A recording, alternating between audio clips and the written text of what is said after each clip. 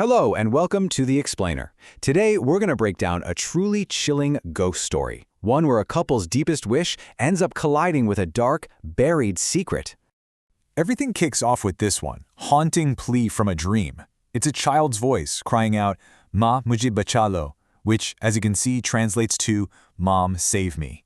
And believe me, that single cry for help, it's the key that unlocks this entire story. All right, so let's get into it. Meet our main characters, Rajni and Mukul. They're a young couple, and they are stuck in this painful 5-year struggle, a struggle that's about to lead them down a very, very dark and unexpected path. Now, what's so tough about their situation is this massive contradiction they're living with. On one hand, medically, everything's fine. All the reports come back totally normal.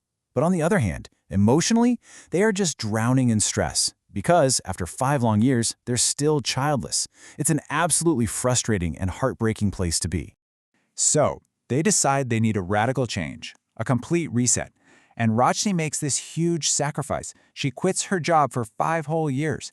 The plan is to escape their stressful city life, move to the much calmer town of Lonavala, and just hope that by changing their entire environment, they can finally start the family they want so badly. And this is where their search for a new beginning leads them straight to the first classic element of any great ghost story, the house. A house with a big secret, and of course, an offer that seems way too good to be true. The bungalow itself, it's beautiful. It's surrounded by this incredible, lush garden. But for Rajni, there's something else going on.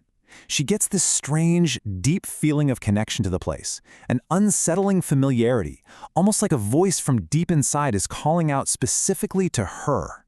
And then comes the next part of the trope, the one we all recognize, the deal. The landlord offers them the house for a ridiculously low rent. And his reason? Oh, he just needs someone to look after the place. You know the saying, right? If an offer seems too good to be true, it almost always is. So yeah, they take the deal.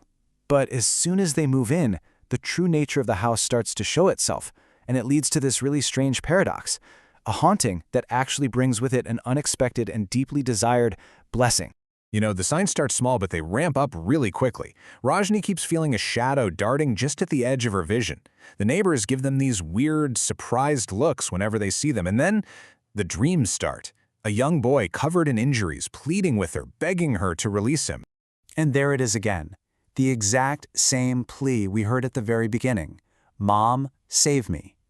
It becomes clear the spirit sees Rajni, a woman who is so desperate to be a mother, as his one and only hope for release. Now Mukul, her husband, is very practical. He just dismisses her fears, thinking it's all just stress. So feeling totally alone, Rajni turns to faith. She finds a religious book her mother-in-law gave her and starts a 7-day prayer ritual, which ends with her making an offering of holy water at the base of this giant, ancient peepal tree in their yard. And then something impossible happens. The moment she finishes this 7-day ritual, Rajni feels a change inside her. A trip to the doctor confirms it. After 5 years of waiting and all that heartbreak, she is finally pregnant. It seems like the haunting has actually delivered a miracle. This brings us right to the climax of the story, and it is this powerful, almost poetic collision of events where a new life comes into the world at the exact same time a long-hidden death is finally brought to light. The scene is set perfectly for some drama. On the very night Rajni goes into labor, this crazy, violent storm just descends out of nowhere. I'm talking torrential rain, howling winds.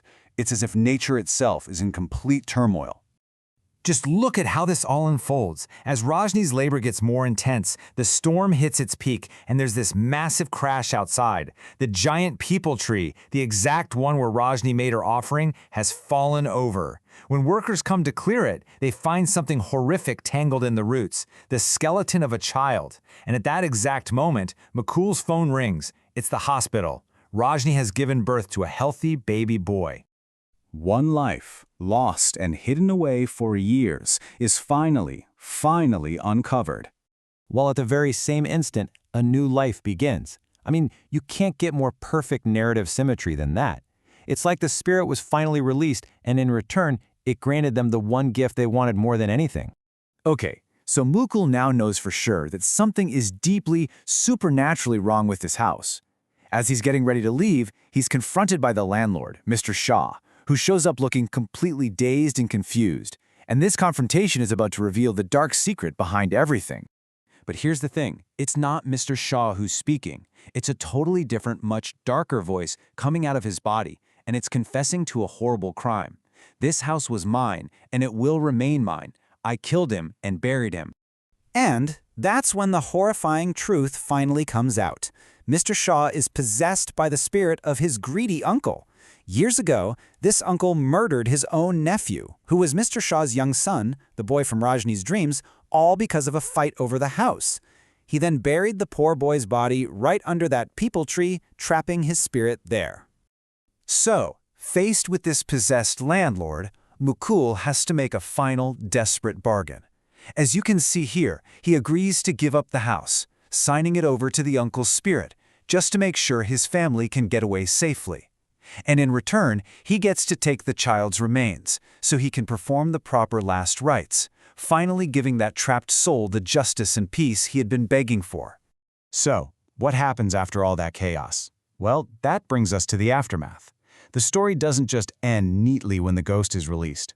5 years later, the past still casts this long, quiet shadow over them. On the surface, it really is a happy ending. Their son is now 5 years old, he's healthy, he's happy. But here's the catch. Mukul never told Rajni the full, horrifying story, and Rajni, for her part, still feels this deep, unexplainable connection to the house they left behind, the house where her dream of being a mother finally came true. Which leaves us all with one final, pretty unsettling thought. This family's happiness was born from a tragedy, a ghost's plea, and a dark secret that is still being kept. So the question I want to leave you with is this. Is a happy ending still truly happy if it's built on a foundation of silence?